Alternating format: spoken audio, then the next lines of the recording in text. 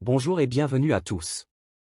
Nous commençons cette revue de presse en Espagne avec Sport, qui se réjouit de la défaite ce mardi du Real Madrid sur la pelouse de Gérone, 4-2, hier soir, et espère que le FC Barcelone pourra prendre une avance de 14 points sur son rival si l'équipe gagne contre le Rayo Vallecano ce soir, 22h.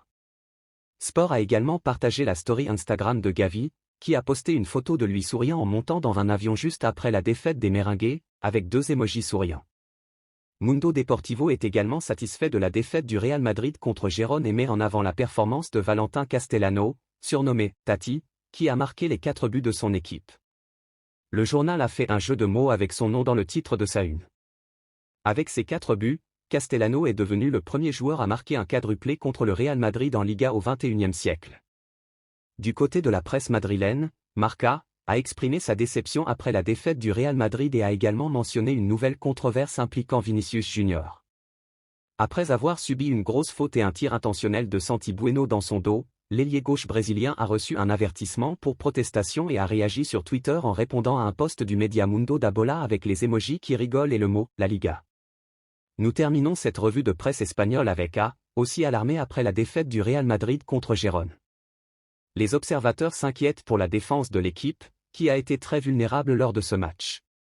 Cette défaite a également suscité des craintes chez les supporters, qui redoutent que l'équipe ne soit trop dépendante de Karim Benzema et Thibaut Courtois. Ces craintes sont exacerbées à l'approche de la demi-finale de la Ligue des Champions contre Manchester City et son attaquant vedette, Erling Haaland, qui est considéré comme un adversaire redoutable. Nous filons en France. D'après le Parisien, Léo Messi souhaiterait obtenir une augmentation de salaire, ce qui est en conflit avec les objectifs du PSG de réduire sa masse salariale. Bien que l'agent et le joueur estiment qu'il mérite une rémunération plus élevée en raison de son statut de champion du monde, le PSG a proposé de prolonger son contrat avec un salaire équivalent à celui qu'il perçoit actuellement, 37 millions d'euros bruts par an. Cependant, une offre mirobolante d'un club saoudien ne plaît pas au PSG, qui considère que les exigences salariales de Messi sont déjà assez élevées. Le joueur attendrait de connaître le projet sportif du PSG et le nom de son futur entraîneur avant de prendre une décision définitive. Ce qui implique vraisemblablement que Christophe Galtier ne sera plus le coach parisien la saison prochaine. Que pensez-vous de cette situation et de la demande d'augmentation salariale de Messi? Nous terminons cette revue de presse en Italie. La Gazzetta dello Sport accorde une grande place à la demi-finale de la Coppa Italia entre l'Inter et la Juventus, qui est présentée comme un choc décisif. La rencontre aura lieu ce soir au stade San Siro à 21h.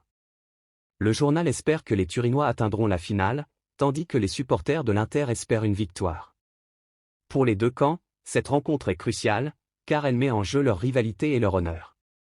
Voilà tout pour cette vidéo, n'hésitez pas à vous abonner et à aimer la vidéo. Merci et à la prochaine.